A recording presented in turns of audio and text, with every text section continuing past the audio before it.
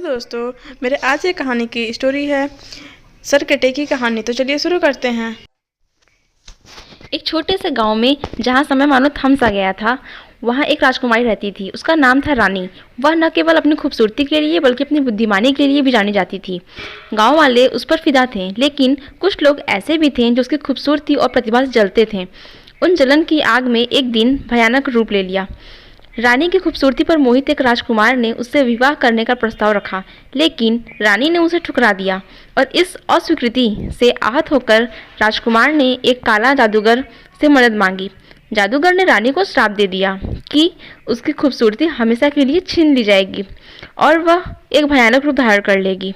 श्राप का असर तुरंत हुआ। रानी की खूबसूरत त्वचा फीकी पड़ गई, उसके बाल उखड़ गए और उसका रूप विकृत हो गया। गांव वाले जो कभी उस पर फिदा थे अब उससे डरने लगे। रानी अपने इस बदलाव से टूट सी गई थी। वह जंगल में भाग गई और एकांत में रहने लगी। दिन रात वह अपने श्राप को हटाने का उपाय ढूंढती रहती, लेकिन उसे कोई रास्ता नहीं मिला। एक रात एक साधु जंगल से गुजर रहा था। उसने रानी को रोते हुए देखा। साधु ने रानी की कहानी सुनी और उसे समझाया कि श्राप हटाने को केवल एक ही तरीका है। उसे अपने अपराधियों को माफ़ करना होगा और उन्हें क्षमा कर देना होगा। रानी ने साधु की बात मान ली। उसने अपने मन में बैठी नफरत को त्याग दिया और अपने अपराधियों को माफ़ कर दिया। जैसे ही उसने क्षमा की, श्राप की असर खत्म हुआ। वह फिर से पहले की तरह खूबसूरत लगने लगी।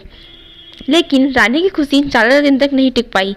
जादूगर ने रानी को माफ़ करने के लिए उसे एक श्राप और दिया। इस बार श्राप और भी भयानक था। जादूगर ने रानी का सिर धड़ से अलग कर दिया।